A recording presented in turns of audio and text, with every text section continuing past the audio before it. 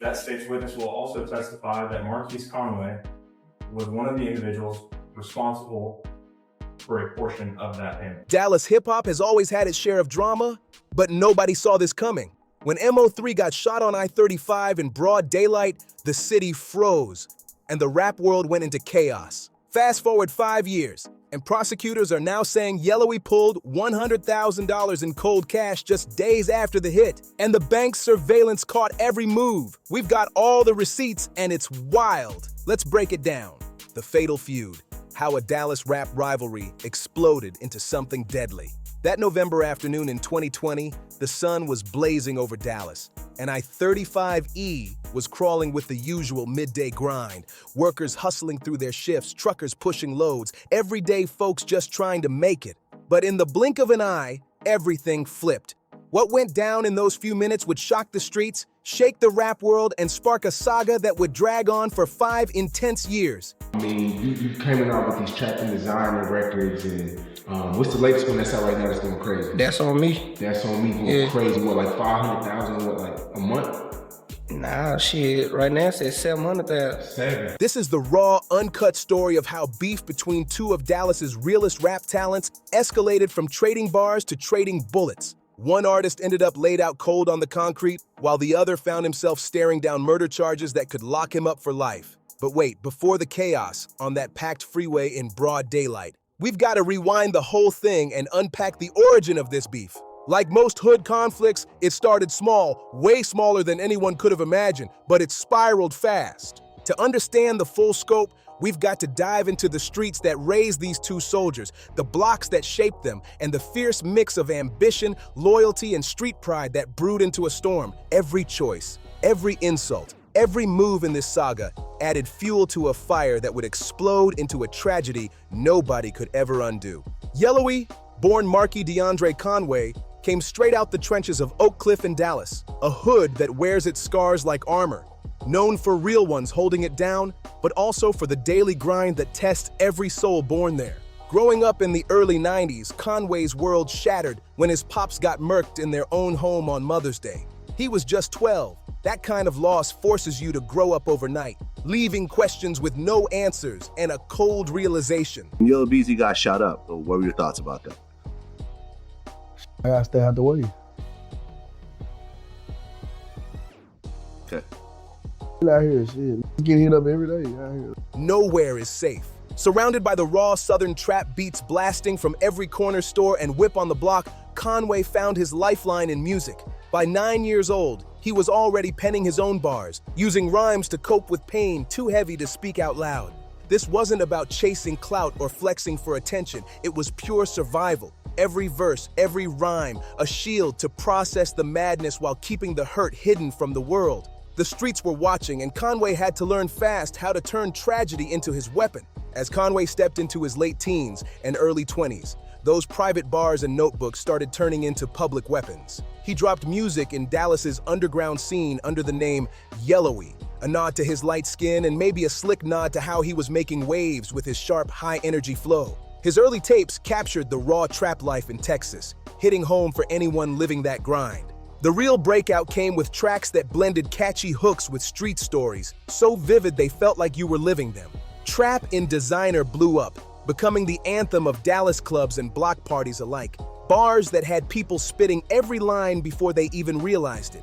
That energy caught the eye of Hitco Entertainment, led by legendary exec L.A. Reid, officially launching Yella into the big leagues where the stakes and the money were way higher. His rise didn't stop there, with hits climbing national charts and spinning everywhere, making Yella a name folks couldn't ignore. Yeah, nah, you know, they was misinformed about some rap beef, and I was like, nah, I ain't got no rap beef with nobody. I ain't got no rap beef with no rapper in my city. That's On Me showed Yella's skill for crafting bass-heavy bangers that hit both the streets and the clubs. Real ones felt the authenticity, while mainstream listeners couldn't get enough of the club-ready vibes. Big-name collabs came fast, linking up with Chris Brown on Restroom Room Occupied, Lil Wayne on Hit, and Gucci Mane on Back at It Again. Each feature widened his reach and locked him firmly into the trap scene wave.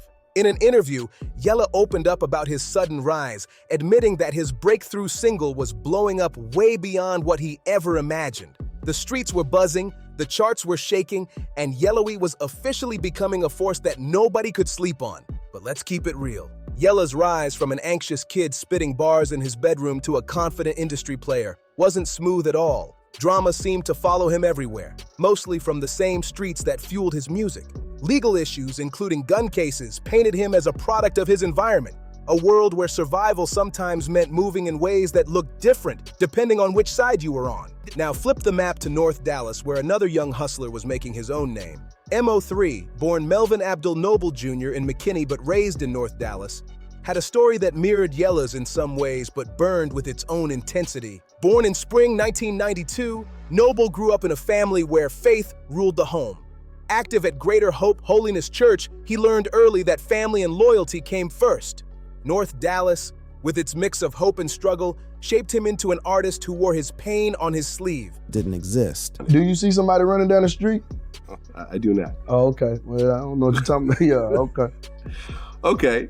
So you're saying that all of that is just nonsense? Yeah, that's what I'm saying. Internet be reading. Turning personal trials into raw, confessional lyrics that hit like testimony rather than just entertainment. Deeply influenced by Boozy Badaz, who spit raw truths about the streets and doing time, Noble found his voice early. Rap became his escape, a way to put real life into verses. His music fused smooth melodies with unflinching street narratives, never sugarcoating the grind. MO3's career blew up with his 2014 mixtape show, earning a grassroots following across Dallas thanks to his honest portrayal of hood life. No cap. This was truth over beats, raw and unfiltered. His rise was organic, powered by word of mouth and local shows where his emotional delivery had crowds locked in tight. The real game changer? Catching Boozy Badaz's attention, leading to a label deal and mentorship that pushed him past Dallas. Their collaborative album, Badass Mo MO3, proved he could go bar for bar with established vets. Hits like Everybody and his aggressive disses at Ops showed MO3's versatility, switching from heartfelt storytelling to hard-hitting bars that reminded everyone he wasn't to be played with. But in Dallas's hip-hop underworld where ambition and street ties clash hard, the tension between Yella Beezy and MO3 was already boiling. What began as whispers of competition quickly escalated into personal slights, violent encounters, and alleged retaliations, keeping fans glued to their phones while families braced for tragedy. This heat didn't come from one explosive moment. It was a slow burn of slights, rumors, and the harsh realities of a scene where rap beefs can turn deadly in seconds. The tension started way back when both were grinding in the Oak Cliff and North Dallas scenes, blocks alive with talent but heavy with territorial pride. Street chatter said the friction kicked off over something as petty as a shared romantic interest, but the real sparks came from outside players. I gotta believe if MO3 is in this vehicle, I gotta believe that MO3, it doesn't really feel like he's that much in danger or that this person is trying to kill him. You get what I'm saying? And the reason why I gotta believe that is that the dude passes him. MO3 could have slowed down. Let's say the guy's going 60. Enter Roy Lee Phipps Jr., a Dallas comedian notorious for savage online roasts that target rappers' credibility and street rep. Roy Lee called out Yellowy publicly, questioning his Oak Cliff ties and claiming he was flexing fake hood credentials just for clout, basically labeling him a fraud. Those videos hit hard because nothing damages a street rep faster than having your authenticity questioned. And since Roy Lee was tight with MO3, the attacks dragged him into the mess by association, pulling him into a rivalry that was already simmering and ready to blow. Things hit another level when Roy Lee reportedly ran up on Yella's crew at a club and got jumped, but he didn't stop. He kept dropping roasts online, poking at Yellowy's street rep until tragedy finally struck. In late 2018 or early 2019, Roy Lee was shot in the leg in North Dallas. Complications from blood clots later took his life. Street whispers immediately pointed fingers at Yellowy or his circle, suggesting payback had been served, though nothing was ever proven. This incident turned what could have been a lighthearted rivalry into something far darker, with MO3 feeling the weight to step up for his fallen homie. Beneath the surface, deeper currents were at play. Yellowy's ties to the Rollin' 60s Crips brought organized street loyalty into the mix. In Dallas, where gang dynamics collide with rap, those connections turned personal beefs into full-blown crew conflicts, each with their own codes and street laws. Specific moments like these marked the rise of tension that would eventually erupt into deadly consequences. In October 2018, Yella Beezy survived a brutal shooting on the North Dallas Tollway, an ambush that left him hospitalized and shook the city. When asked about violence in Dallas, especially incidents hitting rappers, MO3's reply was chilling, casually accepting the danger like it was just another day in the streets. Rumors swirled, linking MO3 to the attack, suggesting it was payback for Roy Lee's death. Publicly, both artists downplayed any involvement, but the tension simmered under the surface. Then in February 2020, things came to a head at a Dallas club when Yella Beezy allegedly confronted Brandon Rainwater, MO3's manager. Witnesses reported a one-sided beatdown, leaving Rainwater with a dislocated hip and filing a lawsuit over the incident. During this time, both artists kept the conflict alive with subtle shots in interviews and posts while publicly acting calm. In one particularly telling exchange, when Yellowy was asked straight about MO3, his dismissive answer spoke volumes, revealing the deep simmering tension that nobody could ignore. Meanwhile, MO3 was just as firm in denying that there was any organized beef among Dallas rappers. I'm keep driving. I'm flooring it, right? I'm keep flooring this bitch, okay? But MO3 actually stops, but it appears MO3 must have been under the assumption, oh, this pussy nigga is playing with me. Maybe recognize the guy or recognize the car. And he's like, let me go get my chopper. Insisting the whole saga had been blown way out of proportion by blogs hungry for clicks and engagement. When pushed about specific incidents or supposed surveillance footage showing street altercations, MO3's denials were almost comical in their bluntness. And he shrugged off the rumors, calling them straight-up internet fiction, insisting people were reaching too far for stories that didn't exist. But even with his dismissals, the whispers in the streets kept growing, and the tension between the camps refused to die down. But behind all the public denials and claims that it was just online drama, something far darker was brewing in the streets. A deadly plot was forming that would explode on a busy Dallas freeway in broad daylight, turning this rap rivalry from social media gossip into a full-blown murder investigation that would grip the nation and take 5 years to untangle. November 11th, 2020 started like any other Wednesday in Dallas. Blue skies, traffic flowing, people grinding for their daily bread. MO3 was rolling northbound on I-35E near the Oak Lawn exit around noon, a stretch every Dallas native knows, clogged with commuters and truckers on their daily runs. What happened next would be frozen forever on dash cam footage from an 18-wheeler, capturing every horrifying second of a cold, calculated hit carried out with zero regard for witnesses. That freeway would become the stage for one of the deadliest moments in Dallas hip-hop history. A dark-colored car pulled up alongside MO3's ride. Without warning, the driver opened fire. Bullets shredded the air, ripping through MO3's vehicle and forcing him to swerve wildly as horns blared and drivers scrambled in terror. In a desperate bid to survive, MO3 ditched his car and bolted on foot, weaving through slowing traffic while cars screeched to avoid hitting him. The scene descended into utter chaos. The shooter, calm and laser-focused, leapt from his car, weapon in hand, and chased MO3 across multiple lanes. Witnesses later described a chilling sight. A masked figure in all black methodically hunting his target on a crowded freeway. Then came the fatal shots that would end MO3's life. He collapsed on the concrete, bleeding out from multiple gunshot wounds as traffic ground to a halt and chaos erupted in every direction. First responders arrived within minutes, but it was too late.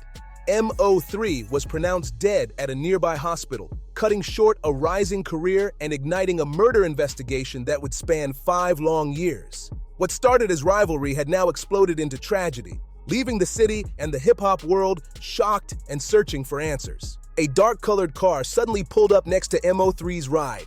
Without a hint of warning, the driver unleashed a storm of bullets. Shots tore through the air, ripping into MO3's car and forcing him to swerve violently as horns blared and drivers froze in pure shock. In a desperate bid to survive the hail of gunfire, MO3 ditched his vehicle and bolted on foot, weaving through slowing traffic while cars screeched to avoid hitting him. Chaos erupted across the freeway as the scene descended into complete madness. At the crime scene, investigators found dozens of shell casings scattered across the asphalt, a chaotic trail left by a high-powered semi-automatic weapon.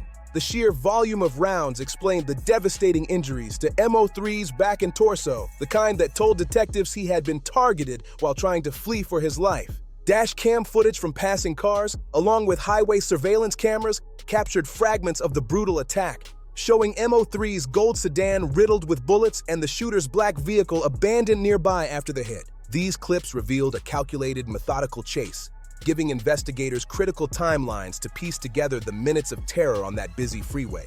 That it happened in broad daylight on a major thoroughfare during peak traffic hours underscored just how brazen and reckless the attack was. The shooter was clearly focused solely on finishing the job, paying no mind to the dozens of potential witnesses. Central to solving this case was identifying the trigger man who pulled the shots, the person who turned a street beef into a nationally shocking execution. The investigation unfolded slowly and methodically, showing just how tough it is to build a solid, airtight case around a high-profile street beef involving major rap artists. Dallas PD immediately launched a manhunt after the murder, releasing surveillance images that sparked leads pointing straight toward White as the shooter. Early work focused on the physical evidence, ballistics matching casings to a weapon linked to White, and witness statements that confirmed the timeline of that fatal November day. But the case quickly hit a brick wall. Detectives struggled to establish a clear motive or figure out who might have been orchestrating and funding the attack from above. That's when street informants stepped in, breathing life back into the investigation. Whispers from the trenches and White's eventual cooperation provided a breakthrough, revealing allegations that Yella had placed a bag as retaliation for past attacks and ongoing disrespect between the camps. The timeline stretched from the 2020 murder to Yella's arrest in 2025. That 5-year delay was driven by the painstaking need to turn street talk into hard evidence, navigate cooperating criminals with their own agendas, and overcome gaps in digital trails and hesitant witnesses. Investigators faced fading memories, intimidation in the rap community, and the challenge of proving a murder-for-hire scheme without direct confessions or paper trails showing money changing hands. Surveillance footage became the backbone of the case. Highway CCTV traced the vehicle's movements in real time, while dash cams captured raw, unfiltered footage of the chase and shooting as it unfolded on the chaotic freeway. Perhaps the most damning piece of evidence prosecutors leaned on came straight from financial records that seemed to tell their own story. Bank statements showed Yella withdrawing $40,000 in cash shortly after MO3's murder, a move prosecutors argued was payment for the hit. Defense attorneys, of course, claimed it was circumstantial, but this tied directly to the filmed withdrawal that became central to the case. Standard bank security cameras likely captured the transaction, footage later subpoenaed to verify the timing and amount. While no public release has occurred to protect the integrity of the investigation, phone records revealed communication between Yella and White around the time of the murder, with cell tower data placing their devices suspiciously close together in the days before and after MO3's death. The murder didn't happen in isolation. It was part of a larger, tangled web of prior crimes, suggesting an escalating cycle of street violence between the camps. Yella's alleged involvement in Roy Lee's 2019 death, believed to be retaliation for the comedian's roasts, fueled theories of revenge spiraling out of control. Brandon Rainwater's club assault by Yella escalated animosity further, while an October 2018 shooting targeting Yella, rumored to be MO3's payback, completed the tit-for-tat pattern that defined this deadly beef. Fans in the hip-hop world watched every development with bated breath. Justice had been slow, delayed by the complex investigation, the high-profile courtroom battle, and that controversial cash withdrawal. Finally, in March 2025, more than 4 years after MO3 caught those fatal shots on I-35E, a Dallas County grand jury indicted Yella on capital murder-for-hire charges. In Texas, this first-degree felony is elevated because money allegedly changed hands to orchestrate the killing. The indictment alleged that Conway put a bag on Bree's head and hired Conan Dantrell White to carry out the hit as revenge for the escalating street beef that had been simmering for years. Devin Brown also faced charges for his alleged role in helping set up the plan, adding layers to the conspiracy. The court's timeline shifted multiple times as often happens in high-profile murder cases. An initial trial date in April 2025 was postponed while lawyers prepared evidentiary motions and pretrial arguments, ultimately landing on February 2, 2026 for Conway's case, with Brown's trial scheduled for November 2025. The heavy charges carried potential life sentences, making every pre-trial hearing, from bond conditions to witness lists, an intense battleground. Bond hearings became a fierce point of contention. Initially booked in mid-March 2025, Conway faced a steep $2 million bond, justified by prosecutors due to his financial resources and potential flight risk. But during a crucial hearing on March 27, 2025, the judge reduced it to $750,000 after defense attorneys highlighted Conway's community ties, family responsibilities, including children, and lack of violent priors despite his past legal issues. During that hearing, prosecutors meticulously laid out their case, revealing key witness testimony they intended to present at trial.